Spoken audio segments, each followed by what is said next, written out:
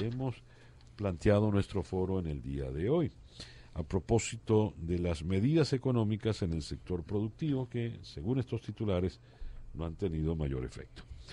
Hemos invitado para abordar el tema a Cipriana Ramos, quien es la presidenta de Consecomercio. Cipriana, buenos días, bienvenida en la mañana de hoy acá al programa. Buenos días, César Miguel, gracias por invitarnos. Y a Francisco Martínez, quien es el presidente de Fede Cámaras. Francisco, bienvenido en la mañana de hoy. Muchas gracias, César Miguel, y también un feliz día para todos los que nos escuchan en la mañana de hoy. Les leo algunos de los comentarios que nos adelantaron los oyentes, a quienes con el hashtag modelo fracasado les pedimos su opinión. Magín Serfati, credibilidad del gobierno en cero, hablan de motores y no hay insumos ni generación eléctrica, solo soberbia y mentiras. Rubén Meléndez, modelo fracasado, este modelo estaba destinado al fracaso, pero no lo cambian, pues como reconocen los miembros del gobierno, es por control social. Pregunta Joaquín Pereira, ¿cómo podemos los ciudadanos reconstruir al país con acciones concretas para superar este modelo agotado? Dice Rafael Morales, desde una de las ciudades más castigadas por la inflación, Maturín, ¿qué propone Fede Cámaras ante el modelo agotado? José Antonio, además de modelo agotado, modelo fracasado, modelo quebrado, y pare usted de contar, este modelo vive de la improvisación diaria. MJGC tercero, este modelo agotado secó las empresas, la industria, los servicios y hasta dejó secar el guri. No podemos dejar que seque a la gente. Sirva esto pues de abreboca para nuestra conversación. Les cedo la palabra en primer lugar entonces a Cipriana Ramos, presidente de Consecomercio.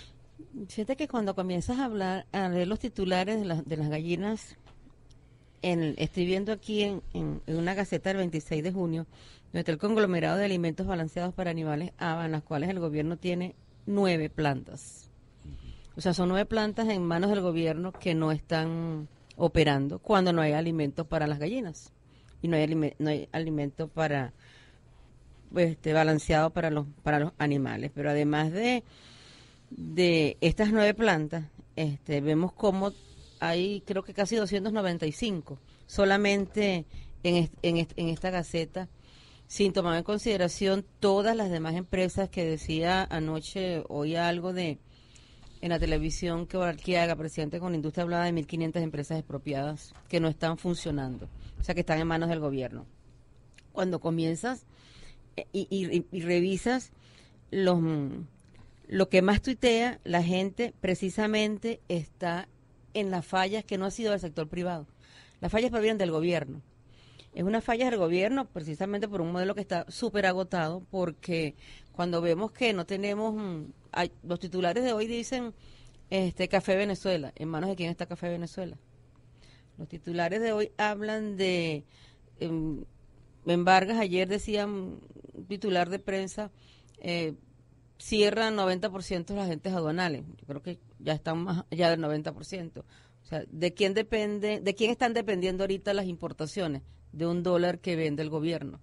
Entonces, el modelo fracasado ha sido del gobierno y no del sector privado. Nosotros dependemos lamentablemente de la venta de divisas por parte del sector gobierno. En el momento en que todas estas empresas que están en manos del gobierno comiencen a operar como lo hacían antes, yo creo que vamos a tener los negocios surtidos como en el pasado. Hablaba Cipriana Ramos, la presidenta de Consecomercio. A ver, Cipriana ha puesto el dedo en la llaga con el tema de las divisas. Y el presidente Maduro dijo no hace mucho que él no iba a dar dólares para deudas ajenas. Pareciera que el presidente pues es dueño de esos dólares y que, por lo tanto, como él distribuye los dólares que él supone son de él, no lo va a dar para cancelar a los sectores productivos, le hace el sector privado. ¿Cuál es la posición de Fede Cámaras ante esto? Le pregunto a su presidente Francisco Martínez. Es que es peor aún, César Miguel. El tema donde está es que el presidente como que no se da cuenta de las consecuencias que trae el no tomar las decisiones de distribuir adecuadamente lo que es las divisas necesarias para el normal funcionamiento de la producción de bienes y servicios hechos en Venezuela. Yo creo que es ahí donde está el problema. El problema no es si él se cree o no, porque realmente él no lo es, y el pueblo venezolano sabe que él no es el dueño de las divisas. Las divisas son del pueblo venezolano para el pueblo venezolano y para producir bienes y servicios que son necesarios para el pueblo venezolano. ¿Qué diagnóstico hacen ustedes de la situación económica del país luego de estas medidas que dictó el presidente?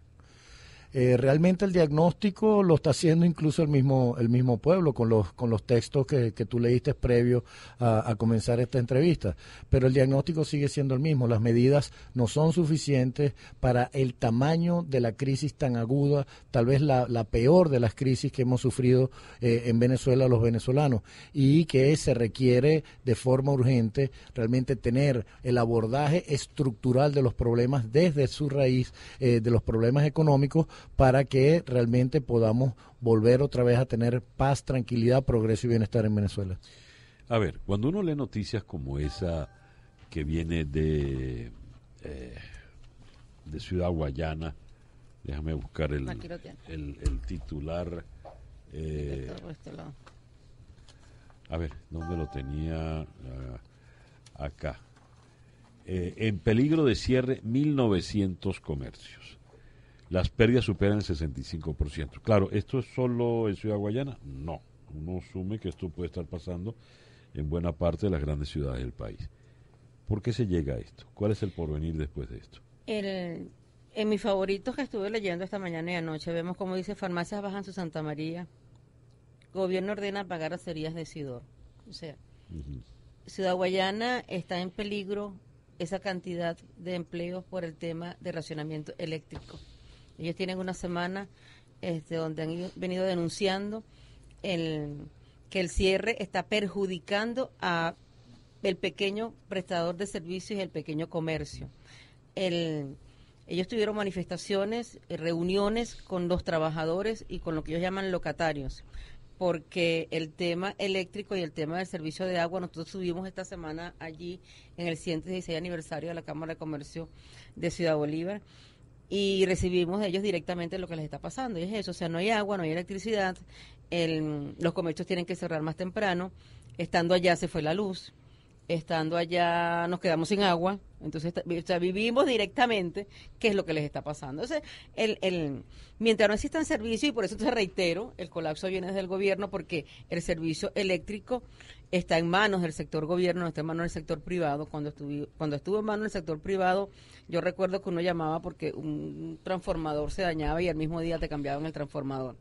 En estos momentos, si un transformador se daña, sea en una zona residencial o sea en una zona comercial, duran muchos días para poder repararlo, y generalmente te dicen los mismos técnicos que lo están haciendo muchas veces con cablecitos que buscan aquí y allá para poder reparar el transformador, el daño que hubiese ocasionado en el momento. Entonces, continuamos igual, continuamos diciéndole a quien no nos está escuchando, por eso es que es preferible hablarle al venezolano, que el venezolano sí nos escucha, porque además el venezolano sabe qué es lo que está viviendo. Cuando allí hablas de 1.900 empleos que se van a perder, es el venezolano el que va a perder el empleo. Es el venezolano el que no va a tener cómo llevar a su casa el alimento o lo poco que pudiera para poder mantener a su familia. Es muy difícil ahorita obtener producto.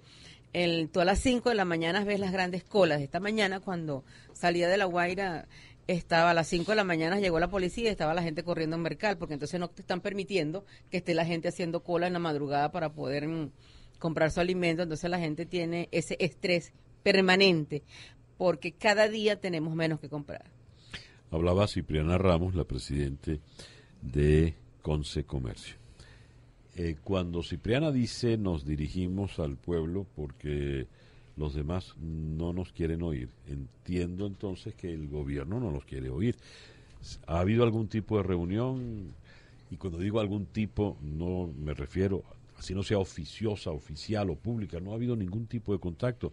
Le pregunto a Francisco Martínez de Fedecámara. Bueno, los contactos existen. tal vez no directamente con Fedecámaras, pero sí con empresas de la federación, con algunos líderes de algunos sectores o subsectores del aparato productivo en Venezuela, pero es que el problema no es el contacto, el problema es cuál es el resultado que dan esos contactos. Porque nosotros hemos hablado mucho de que, y seguimos dispuestos, de que en este país lo que se necesita es un gran diálogo nacional. Ojalá que el presidente de la República convocara el diálogo social en el país, lo volviera a traer al país, que es el diálogo entre el gobierno nacional, los trabajadores y los empresarios del país. Eso sería maravilloso. Pero sobre todo que el diálogo realmente termine en un acuerdo y en una, digamos, asumir la responsabilidad para la acción, para que definitivamente tengamos los resultados que sean palpables por el pueblo venezolano. Se requiere una voluntad política muy grande, porque en este momento lo único que nosotros podemos esperar y decir del gobierno es que esto es un gobierno absolutamente centralista, militarista y ineficaz también, por demás. Hablaba Francisco Martínez, hay un detalle que llama la atención. La encuesta de Datincorp dice que el 82% de los venezolanos piensa que el gobierno es incompetente. Este gobierno se le ha dicho de todo, pero ese calificativo no era muy frecuente, ¿no? Cuando usted no es competente para algo, usted debe retirarse de ese algo, ¿verdad? Porque usted no sirve, como declaró Miguel Cabrera, que él no puede hablar de política porque es como que él se pusiera a hablar de fútbol, como si él fuera Messi. No, pero entonces dio una serie de opiniones muy interesantes, Miguel Cabrera, en tanto venezolano. Hay un problema en el tema de los medicamentos. Hoy leíamos, el sector farmacia advirtió que la escasez de medicamentos se agudiza cada vez más. La solución del gobierno es crear un servicio de operadores, el 0800 Salud Ya, con 90 operadores telefónicos, y parece que nadie atiende en ese servicio. Por lo tanto, la solución no era tal, pero ahora es mucho menos y se agrava el problema. Dice la gente de Fetrarina, no hay pan sino hasta finales de mes. Vemos acá la situación de lo que dice la Cámara Venezolana de la Cerveza. No se va a acabar la cerveza, se va a acabar la malta. Cuando hay, frente a la crisis de Fetrarina, la solución del gobierno dice, bueno, ahí viene un barco cargado de trigo. Lo que quiero subrayar es que las soluciones, por lo visto, propuestas por el gobierno, o son ridículas o son absolutamente insuficientes.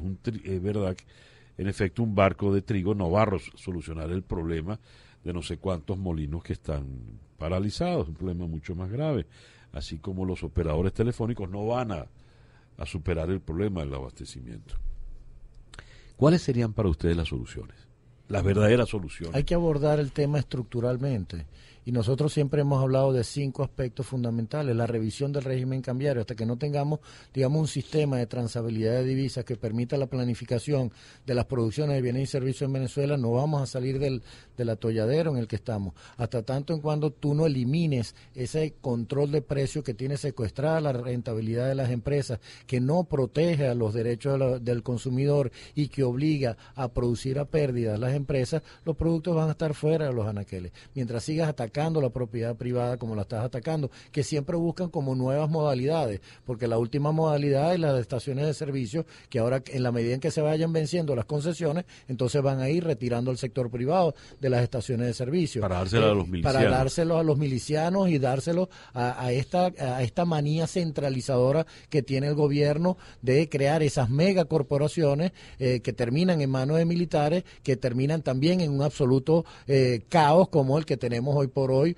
con Corpoelec. Corpoelec, junto a todas las empresas del Estado que habían en los 3 rubros importantes del tema eléctrico, como lo es la generación, la interconexión y la distribución, la juntó todas en una sola megacorporación, y hoy por hoy tenemos los resultados que tenemos en el servicio eléctrico, que estamos a punto del borde de un colapso del sistema eléctrico en el país.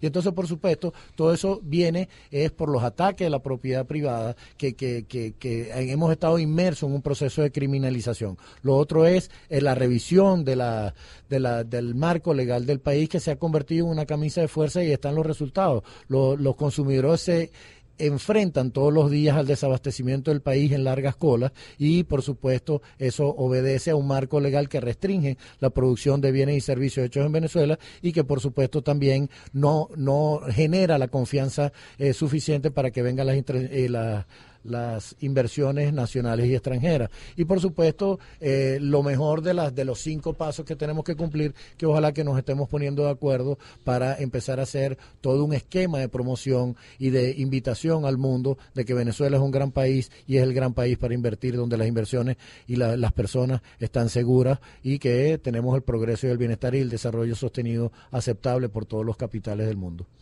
Hablaba Francisco Martínez.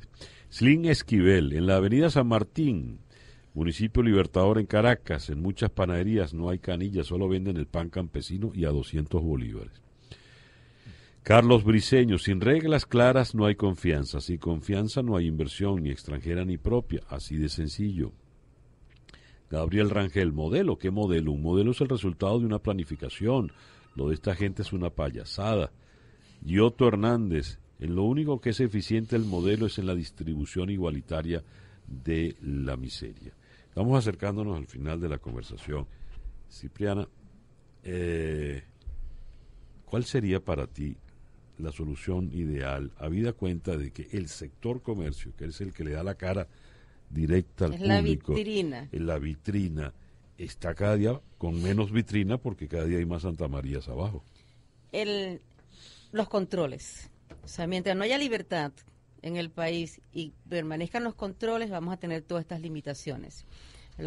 Francisco hablaba del control de precios, pero también el control de cambio, pero también está el control de precios que nos tiene atados. O sea, ¿cómo produces para vender a pérdida?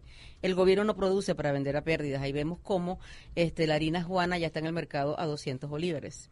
Vemos cómo el gobierno todos los días habla del precio justo del petróleo. Entonces no podemos producir a pérdida, ni el gobierno puede producir a pérdida, ni el sector privado puede producir a pérdida. Además que el gobierno debe dejar de tener en sus manos las empresas que son propias del sector privado y no del sector gobierno. El gobierno tiene en la Constitución sus atribuciones, sus competencias están delimitadas en la Constitución y no es precisamente ser comerciantes o ser productor. Pero además del control de precios también tenemos el control laboral. O sea, vivimos con